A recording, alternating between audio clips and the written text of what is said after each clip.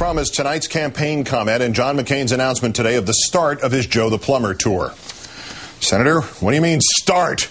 Every day since the last debate, 8 long days ago, when you first mentioned this guy and did so more often than Jackie Mason mentions his tour dates, every day has been the Joe the Plumber tour.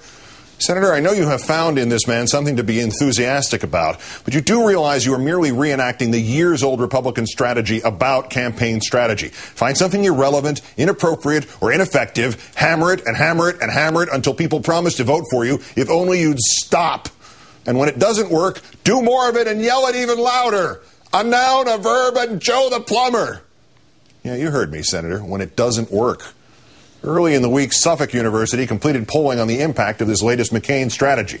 To be fair, this was before those new ads, the ones in which 8 or 10 different people claim they are Joe the Plumber, in some sort of creepy cross between the movies Spartacus and V for Vendetta.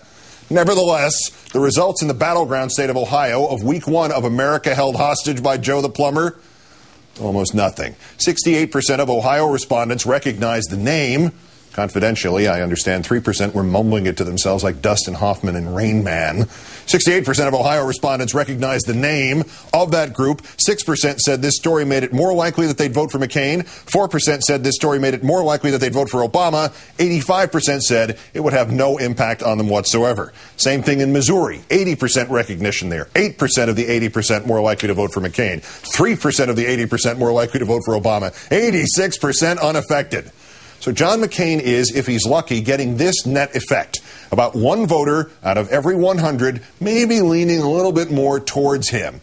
And remember, this campaign stunt essentially blotted out the great fireball in the sky that was supposed to be William the blow-things-up guy. It's eclipsed Sarah the Reformer and John the Maverick, for that matter. With the campaign's last big-time free TV event, the debate, now an almost distant memory, JTP is the campaign. Senator, Joe the Plumber is going into the toilet, and he's taking you with him.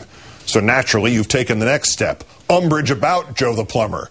That he approached Obama, lied to Obama's face about a business that was not worth what he said it was, that he wasn't about to buy like he said he was, has gotten lost in this barrage of nonsense, Senator. That you made him some kind of phony everyman symbol for economic savaging of the middle class, which Obama would not affect, but you, in fact, would, has gotten wallpapered over, Senator.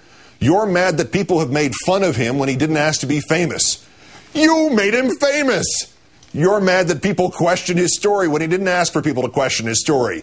You made a story out of his question. You're mad that people have criticized him when he didn't ask to be criticized. Senator, these are not attacks on Joe the Plumber. They're attacks on John the Liar. Not to mention Sarah the Shopaholic, and Phil the Economy Killer, and G. Gordon the Domestic Terrorist, Steve the Schmidt-head, Charlie the Banker, the other Joe the Fact Checker, Rick the Lobbyist, Randy the Lobbyist, Wayne the Lobbyist, William the Saddam Lobbyist, Vinny the Chin, and of course, Bob the Builder.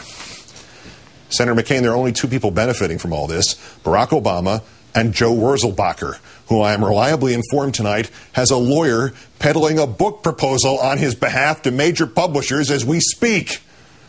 I'm pretty sure Obama is right. He can probably survive 2 more weeks of personal attacks, but America probably cannot survive 4 more years of government by the Republican Party. However, even more urgent, more pressing right now, he isn't working for you, and he's driving the rest of us to consider going back to the days of outhouses and wooden aqueducts. On behalf of a tortured nation, with blood streaming from its collective ears, I'm begging you, enough with Joe the Plumber already.